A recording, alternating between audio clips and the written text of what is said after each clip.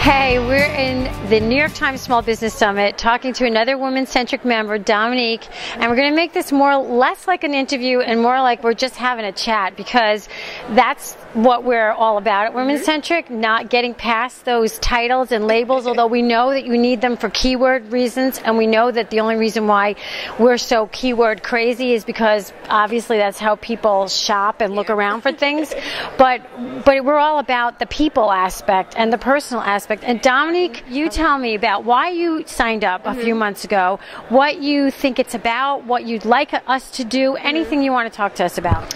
Well, I guess I signed up with WomenCentric because I kind of like the mission.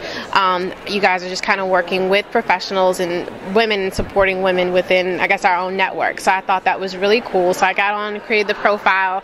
I like the emails that come out. It's a lot of really good tips and a lot of workshops that you guys promote. So I kind of try to listen into those if they're webinars, since I'm not in the area. So overall, that's probably why I joined, just to kind of connect with other women. And how did you find out about us initially? Do you remember? I don't know. I'm sure it was some social networking. I'm sure maybe someone tweeted about it or Facebook or something. I'm not sure, but I'm not sure how I came across you guys. Yeah, I know. Isn't it the truth that all of a sudden you'll be like, click, click, click, and you go, how the heck did I get here? But I'm happy I found you guys, so. Yeah, we're thrilled. And she took literally, what time did you get up this morning? I got up at 2:30, and my train left at 4, and I'll be getting back on the bus home at 7 this evening, so. It's been a long day. It's been a long day. But your feedback so far is, so aside from the free ticket, it's the experience of coming here and interacting with people who are like-minded. Yes, definitely. I mean, even if the ticket wasn't free, based on the price, it's definitely worth it. I've met a lot of cool people here. I met this one young lady where everyone keeps saying, oh, did you guys know each other before? And I'm like, no, I just met her here. So that was really great. I've just met a lot of really cool people, not just from the New York area, but also from other parts of the country too. So I'm not the only one from here. Just a lot of great networking, a lot of really good facts that you can implement, that I plan on implementing as soon as I leave here. I'm actually texting my friends like, hey, I learned this, check out this site, check out this app. So far I've learned a lot, in addition to all the great food and cupcakes. So you can't beat that. I haven't had those yet, but I think they're down that way. Yes, in the learning lab, which is, and I just had a little vanilla cupcake from Magnolia, so that was really good. Yeah. It was mini, so I don't feel guilty. So now, tell us a little bit about what you do and what your goals and aspirations are, and maybe, what you might even look for more, because of course we're looking for feedback, just like they were talking about how important it is to be in tune with your customer and find out what's going on. We want to know, what do you want to see happening with WomenCentric once our funding comes in? I think, I guess basically what I do, I'm a financial advisor and personal finance coach. So I kind of try to specialize my services to young professionals, because typically in the financial services industry, young professionals aren't targeted. And there's been a lot of surveys that show that young professionals do want to work with financial advisors, but financial advisors are typically going after the higher net worth individuals. So there's a huge market there. So that's kind of what my focus is. So I have a financial planning practice, but I also have a radio show that's launching in 3 weeks. We're going to be providing financial planning tips. I give financial planning tips every 2 weeks on another radio show. So I'm also about to start doing a lot more speaking engagements and just kind of reaching out and meeting directly with young professionals in our area, just to kind of promote financial literacy, since it's something that's really missing. So I guess from you guys, I'm hoping that eventually you can start having some events in the DC area. I would love to partner with you guys to do some events, because it's needed. We have some women organizations, but not as many, I feel like, are here, and you're reaching more of a global platform via the internet, that are based in New York. So I'm hoping eventually, once you get the funding, we can do some stuff in DC.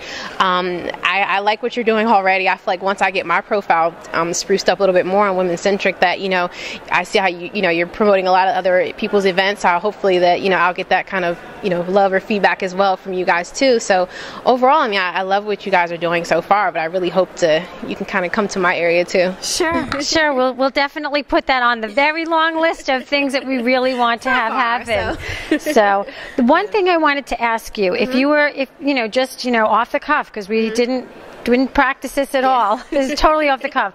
If you were to describe what's the difference between LinkedIn and WomenCentric. What do you think about those different platforms, and how are we better or different from them in terms, or something that we might want to change to be more like them, whatever? I would say LinkedIn is maybe it's similar to Facebook in a way.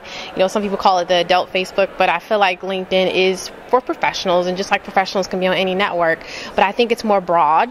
What I do like about WomenCentric is not just because it's women focused, but the way the profiles are tailored, you kind of get to click on everyone's profile, learn a little bit about them and their business and their passion, and still connect with them in a more direct type of way, I feel, versus LinkedIn, where it's just kind of a bunch of people. But I feel like from what I've gathered from WomenCentric, it's a group of women who not necessarily have the same goal or focus, but overall want to help support other women, and that's not what's on LinkedIn. And obviously we need to support all sexualities, but I think I do like that as a woman there is somewhere that you can kind of come to. There's an open forum, there's feedback specific to us, and that's something that you just can't get from broader social networks. So okay, well that was the feedback we wanted to hear, because that's what our intent is. That is definitely where we want to be. So if you were telling people about this event today and coming to the New York Times Small Business Summit, which is sponsored by American Express Open, what would you say to them if you had to say, a synopsis of coming to this place?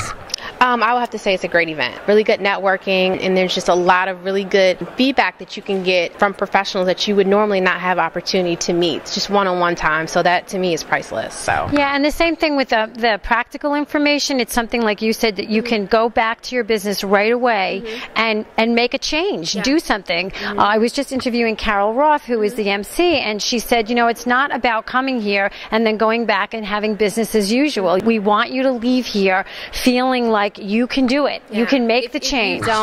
If you leave here and not implement anything, it's going to be a waste of time, just like anything else. But you have to take what you've learned and implement it. So I think, if you have the right attitude and you're really ready to grow your business or whatever, wherever you are in your life, if you take this information and implement it, it'll definitely benefit you.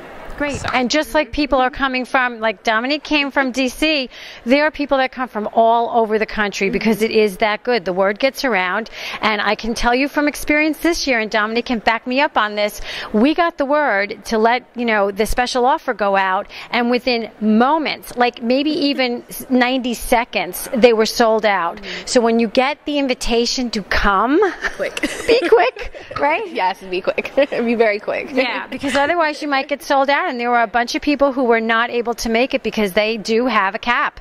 I think the cap is 750. So there's 750 people here who want to come and network. And again, they're coming from all over the country. So a great thing for you to come and attend next year. Well, thanks again for having me. I really appreciate it.